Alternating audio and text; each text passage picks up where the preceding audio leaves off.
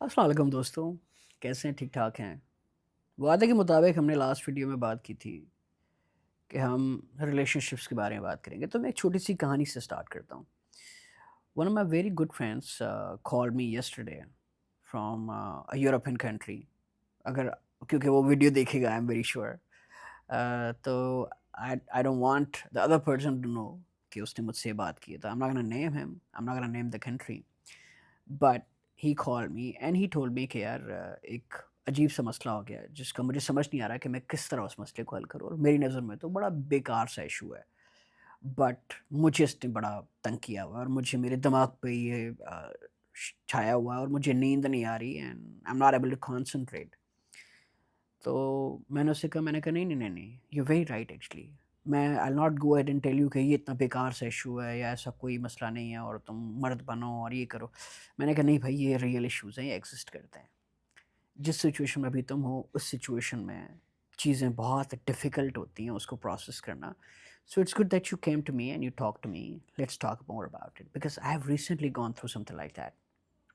And trust me, a person like me who's very well read, who understands human behaviors and who understands the complexities of life, who understands that life is very difficult and और कितनी मैं मेरे जैसा बंदा जो चीज़ों को बड़ी गहराई से जानने की कोशिश करता है, उस बंदे के लिए I was flabbergasted, I was overwhelmed by what was happening to me and I was not able to understand कि मैं क्या कैसे रिएक्ट करूँ। एंड ऑल दोज़ थ्योरीज़ कि भई बैठ के सब्र करके और 2 मिनट ठहर के और फिर इमोशनल रिस्पॉन्स नहीं देना चाहिए, एंड ये सारी थ्योरीज़ उस वक़्त फ़ेल हो रही थी। तो ख़ैर मैंने उससे पूछा, उसने कहा भई एक लड़की है जिससे मेरा मामला हुआ, उसका ऑलरेडी एक बॉयफ्रेंड था एंड वो लड़की पाकिस्तानी नहीं है बहरहाल, और लड़की वो अंग्रेज़ गोरी भी नहीं है, वो देसी है। सो उसका एक बॉयफ्रेंड है ऑलरेडी 6-7 साल से, और वो किसी और मुल्क में रहता है और ये साथ ही रहती है मेरे। तो इसने मेरे साथ भी मामला कर लिया और मुझे पता था उसके बंदे का, थोड़े दिनों बाद पता चला, मगर जब हमारा मामला आगे चला तो पता चला। बहरहाल मुझे ऐसा लगा कि चलो यार, she is cheating on her boyfriend. तो मैं बगैर जजमेंट किए, बगैर जजमेंटल हुए मैंने उसकी बात सुनी। तो she is cheating on her boyfriend, she is मतलब मेरे साथ है, और मुझे पता था कि कोई शादी-वादी तो करनी नहीं है, मुझे कोई मामला है नहीं, तो we were just having a good time. One fine day, I saw her going to another guy's room, जितना मेरे पास सच संवर के आती है, वो उसका बॉयफ्रेंड नहीं है, कोई और लड़का है। उसके कमरे में मैंने उसको जाते देख लिया and I saw her, and उसके बाद से मुझे ये चीज़ शुरू हो गई कि यार मैं बेवकूफ़ तो नहीं बनाया जा रहा, या what's happening and is she using me? Yes bro, she is using you obviously. She is using you for time pass, अपने पर्सनल प्लेज़र के लिए। मगर अब उसने वो परेशान किया, यार मैं इसको कैसे हैंडल करूँ? मेरे लिए तो बड़ा मुश्किल है, मुझे तो नींद रात की नहीं आ रही एंड आई एम थिंकिंग कि वो उसके साथ भी वो सब कुछ किया होगा जो मेरे साथ आके कमरे में करती है। And while he was telling me all these things, I was obviously not judging and I was not ready to give him a solution, and ऐसा कोई बात नहीं करनी थी मुझे।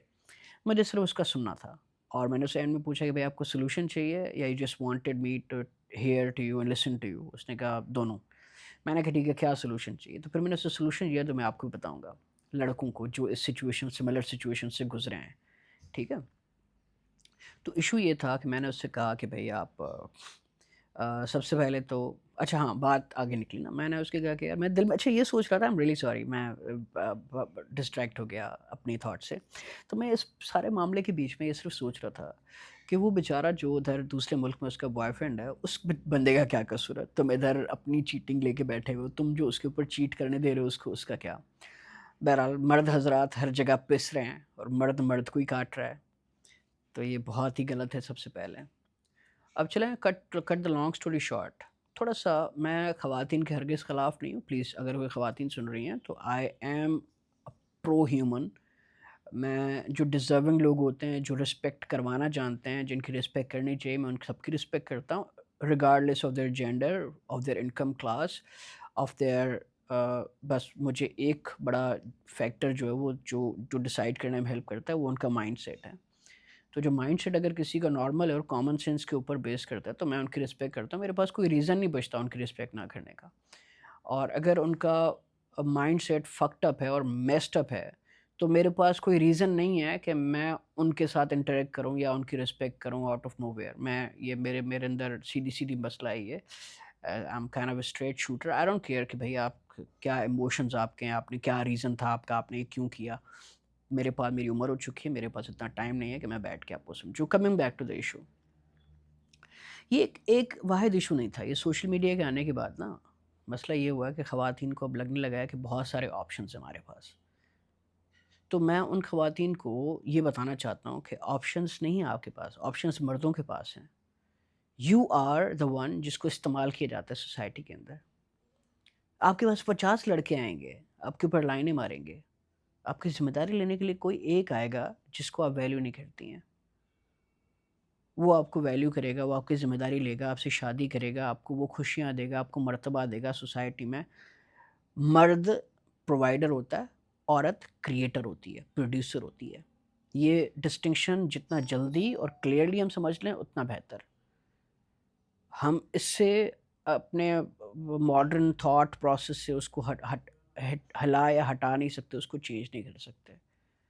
मर्द प्रोवाइडर होता है, औरत क्रिएटर एंड प्रोड्यूसर होती है, right? So understand that. Now Pakistan के अंदर या दुनिया भर के अंदर मसला ये हो रहा है कि लड़कियों को ये लगने लगा है कि यार हमारे पास तो बहुत चॉइस है, हमारे पास तो इतने सारे लड़के मैं लाइन कराना, तो इस बेवकूफ़ के पीछे मैं क्यों जाऊँ? और अगर कुछ हालात की वजह से और कभी-कभार लड़कियों की अपनी गलती की वजह से ही, उनके पेरेंट्स की गलतियों की वजह से ही लड़का बेचारा शादी नहीं कर पाता। तो कहती हूँ इतने साल तो हो गए मैंने दिया, कुछ हो नहीं रहा, तो लेट्स मूव फॉरवर्ड। वो बेचारा अटका हुआ है, वो लड़का ना 1 डेढ़ 2 साल बाद बहुत ज़्यादा इन्वेस्ट हो जाता है। वो इधर-उधर अगर वो 1 डेढ़ साल दे रहा है ना अपने ज़िंदगी के, तो वो ज़िंदगी भर साथ निभाने की खलूस और ताकत रखता है। लड़कियों के अंदर सब्र नहीं है, वो 2 ढाई साल, डेढ़ साल बाद उनको लगने लगता है कि यार ये क्या हुआ? और अब तो आगे बढ़ना चाहिए और मूव ऑन होना चाहिए, मेरा भी अपना घर होना चाहिए। भाई सही बंदे से इंसान से शादी करो ना, शादी करना मकसद थोड़ी है, सही इंसान से शादी करना मकसद है। तो बहरहाल जी, लड़कियों को ये लगता है कि यार हमारे पास बहुत ऑप्शंस हैं। ऑप्शंस लड़कों के पास होते हैं, लड़कियों के पास नहीं होते। At the end of the day they choose, you don't. You end up with the last option that you will have एक उम्र के बाद। The guys don't. Men will still have choice. वो at the end of the day मेरी उम्र में भी 37 साल मेरी शादी नहीं हुई तो still I have a choice. मैं इससे शादी ना करूँ, उससे ना करूँ, इससे करूँ, मेरी मर्ज़ी है। I will choose the best made for me regardless of the age. मुझसे 10-12 साल लड़की, छोटी लड़की की भी शादी हो जाएगी मुझसे, नॉर्मल है। ठीक है? मेरी ऐज कभी मेरे आड़े नहीं आएगी मेरे काम के या मेरी शादी के मामले के। You have to understand that. Girls का ये इश्यू नहीं है। गर्ल्स का एक बायोलॉजिकल क्लॉक होता है जो टिक, टिक, टिक, टिक टॉक कर रहा होता है। उसके बीच-बीच में उनको शादी करनी होती है because then there are expectations and then they have to give birth to a baby if the husband and wife want. But हमारी सोसाइटी में तो बच्चा पैदा करना तो एक बहुत बड़ा इश्यू है ही ना। सो खैर coming back to the issue, तो ख़वातीन को ये बड़ी गलतफ़हमी होती है। और आजकल की जो ख़वातीन है बड़ी सेल्फिश मैंने देखा है कि माँ-बाप की मर्ज़ी, माँ-बाप के दिल भी रखना है और उनके कहने पे रिश्ते भी देखने हैं। और जो पिछला वाला चलता आ रहा है, जो अपनी जान, ज़िंदगी, अपना खुलूस, अपने इमोशंस, अपना सब कुछ दे बैठा है तुम्हें, वो जिसकी सारी 4 दुनिया ही तुम्हारे गिर्द घूमती है, उसको फ़िलहाल वक़्ती तौर पे छोड़ देना है जब तक रिश्ता आ रहा है, जब तक उधर से रिजेक्ट नहीं हो रही मैं, तब तक उससे बातचीत नहीं करनी, मगर उसको छोड़ना नहीं है। और अगर उसके साथ रोज़ फ़िज़िकल कॉन्टैक्ट नहीं हो रहा, मतलब मिलना-मिलाना नहीं हो रहा, तो फिर साथ में एक और पीछे भी रखना है, एक और साइड पे भी रखना है। और वो उधर पागल हो रहा है और वो सिर्फ़ फ़िज़िकल रिलेशंस बनाने के चक्कर में, वो सिर्फ़ सेक्स चाहता है आपसे। उसको कुछ वो नहीं है, कभी-कभार वो पसंद भी कर बैठते हैं, मगर वो सेक्स चाहता है आपसे और आपको पता है कि सेक्स तो मैं इसको देने वाली हूँ नहीं। वो तो मैं जिससे अगर शादी होगी, रिश्ता हो गया तो उस मियाँ को दूँगी या जो पहले मेरे बॉयफ्रेंड था उसको दे रही थी और उसको और दूँगी। जब वो माँगेगा मुझसे, जब इधर से रिश्ता मेरा जो है वो रिजेक्ट हो जाएगा। I am really sorry in Pakistan I am talking about these things but we are adults somebody needs to talk about these things. ये हो रहा है पाकिस्तान के अंदर और you go and call it Islamic Republic of Pakistan, ऐसा हो रहा है भाई। उस गंद को जब तक हम मसला हमारे मुल्क का यही है ना कि हम गंद को जब तक देखते हैं, उसको बदबू जब तक नहीं आती, मर नहीं जाते तब तक उसको हटाते नहीं हैं। क्योंकि गंद को हाथ कौन लगाए? तो मैं हाथ लगाने की कोशिश कर रहा हूँ। Please don't blame me, don't kill the messenger. somebody needs to talk about it and somebody needs to talk about it openly, right? ये इश्यूज हैं, ये एग्जिस्ट कर रहे हैं और ये हमारे मेंटल हेल्थ की बिगाड़ का बायस बन रहे हैं हमारे मुल्क के अंदर। तो खैर वो लड़कियां आजकल, मैं आपको ये रियलिटी बता रहा हूँ, उस मेरा दोस्त जो था उसकी बात से भी ये लगा, और मेरा अपना पर्सनल एक्सपीरियंस भी यही है। वो जो तीसरा होगा ना, जिसको रखा हुआ है, जिसको कुछ मिल नहीं रहा, उसको सिर्फ वैलिडेशन के लिए रखा हुआ है, और उस बेवकूफ़ को लग रहा है कि मुझे एक ना दिन मिल जाएगा, कुछ आसरे के अंदर बैठा हुआ है, उसको पता है शादी वादी नहीं करनी मुझे उससे, मगर वो लड़की ने रखा हुआ है as a third option, third option, last option. Option है ही नहीं वो, basically to fall back on in some, कुछ किसी बुरे वक्तों के अंदर। ठीक है, वो उसका ज़िंदगी में कुछ बनेगा नहीं बेचारे का, वो थर्ड बंदे का, वो रुसवाई होता रहेगा सारी ज़िंदगी। और तो वो लड़कियां ये सारा करती हैं। At the end of the day माँ बाप की खुशी पे वो शादी करेंगी, और क्यों? क्योंकि माँ बाप की भाई गारंटी है, कल को कुछ हो जाए तो मैं माँ बाप को या अपनी फैमिली को ब्लेम कर सकती हूँ कि आपकी वजह से हुआ है। सिर्फ ये एक बेवकूफ़ी की थ्योरी लेके लड़कियां, वो जो मोहब्बत करने वाला बंदा है, जो सब दुनिया जान का दे रहा है, सब कुछ कर रहा है, उसको छोड़ रही हैं कि कल को मेरा माँ बाप होंगे तो मैं फॉल बैक कर सकती हूँ उन पे। ओ बाबा, तुम कल को ना, तुम्हारे साथ वो बंदा, अल्लाह ना करे अगर किसी लड़की के साथ, किसी खातून के साथ ऐसा हो, मगर वो बुरा करेगा तो माँ बाप पीछे हट जाएंगे या फैमिली पीछे हट जाएगी, एक हद तक बर्दाश्त करेगी, उसके बाद वो नहीं आती। ये आपको क्यों? और ये कौन सी रिडंडेंट फिलॉसफी है कि मुझे मेरे माँ बाप पीछे हैं इसलिए मैं अच्छा ही डिसीजन फ़िलहाल नहीं लूँगी। कल को वो तुम्हारे साथ बुरा नहीं करता, मगर वो तुम्हारे स्टैंडर्ड का ना हो, तुम्हें पसंद ना आए, तो फिर तुम सिर्फ़ इस चक्कर में सारी ज़िंदगी माँ बाप के आसरा है पीछे कि मेरे माँ बाप पीछे बैठे हुए हैं, वो सँभाल लेंगे। इस चक्कर में तुम एक बेकार इंसान के साथ, लड़का-लड़की दोनों, जिनके साथ आपका दिल ही नहीं लग रहा, जिनके साथ ग्रोथ अपॉर्च्युनिटी नहीं दिख रही, जिसके साथ आप बच्चे रेज़ नहीं कर पा रही सही से, उसके साथ गुज़ार देंगे ज़िंदगी। वॉव! वेरी इंटेलिजेंट हाँ। मैं नहीं कह रहा कि भाग जाओ घर से भाई, स्टेप तो लो कुछ वेट तो करो। मगर उसको, जिसको ख्वार करवाया 2 ढाई 3 साल से, उसको तो ख्वार ना कराओ। अब बहरहाल इस पे आते हैं वापस दोस्त की स्टोरी पे। तो ये साहब अब ये परेशान थे कि भई मैं क्या करूँ, मेरी तो रातों की नींदें उड़ गई हैं। मैंने कहा कोई बात नहीं है। उसने कहा बड़ी बेवकूफ़ी का इश्यू आपको बता रहा हूँ। मैंने कहा नहीं, नहीं कोई ऐसा इश्यू नहीं है, बेवकूफ़ी का इश्यू नहीं, this is actually real that happens. तो मैंने कहा अब तुम्हें ना अपने आप को डिसएसोशिएट करना पड़ेगा फीलिंग्स को।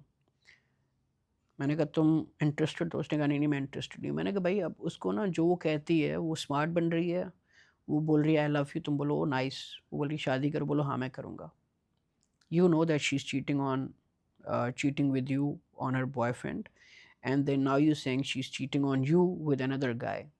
You are also very stupid, and तुम्हें भी पकड़ के तुम्हारे भी थोड़ी करना चाहिए चप्पल परेड कि तुम इसका हिस्सा क्यों बन रहे हो। Why are you being a man, दूसरे मर्द को कैसे तकलीफ दे रहे हो तुम भी।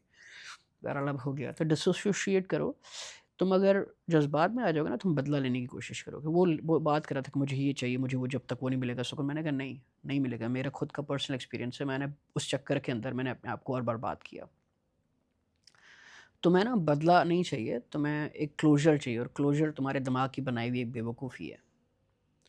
तो तुम पहली बात तो उससे, वो जो कह रही है उसके साथ वो सारी चीज़ें करो, और अपने आप को इमोशनली डिसोसिएट करके किसी ऐसी जगह इन्वेस्ट करो जो तुम्हारे काम भी आए। ये तुम्हारे काम का नहीं था रिलेशनशिप, ना इससे शादी करनी है, ना फ्यूचर है तुम्हारा इसके साथ।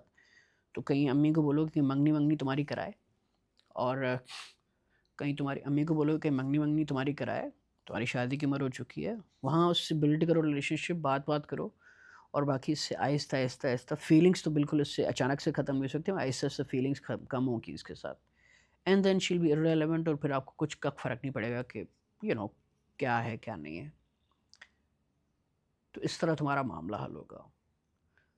मगर आजकल लड़कियों को जो ये हुआ है ना यार, खुदा को मानो, थोड़ा सा यार इंसाफ करो। हम मर्द जो हैं वो खेलने खिलौने चीज़ नहीं है, जब आओ यूज़ करो, इस्तेमाल करो, निकल जाओ। I am really sorry but this is what's happening. We are still human beings, हमारे अंदर भी इमोशंस होते हैं यार। 2-2 3-3 4-4 लड़के आपने रखे हुए हैं, और अपनी और आपकी एक्सप्लेनेशंस ऐसी होती हैं जो आपको कन्विंस कर रही होती हैं बेसिकली। आपको कोई कुछ बुरा नहीं लग रहा होता उसके अंदर, because you are convincing yourself, you are telling yourself, and I am really sorry but क्योंकि लॉजिकल रैशनल माइंड तो आपका है नहीं। तो आपको कोई चीज़ सुनाओ तो आपको इमोशंस के रूह से आप देखती हैं। चीज़ों को प्रैक्टिकल स्टैंड पॉइंट से, पॉइंट ऑफ व्यू से नहीं देख पाती, तो आपको ये जो बातें अभी भी शायद बुरी लगें, मर्दों को समझ में आ रही होंगी बहरहाल। एक और इसी तरह के डेलिकेट टॉपिक्स है जो कि मेंटल इमोशनल हेल्थ से कनेक्टेड है और रियल सोसाइटी के इश्यूज से, गन से कनेक्टेड है, मिलेंगे। तब तक इजाज़त दीजिए, अपना बहुत ज़्यादा ख्याल रखिएगा। अल्लाह हाफ़िज़, शुक्रिया।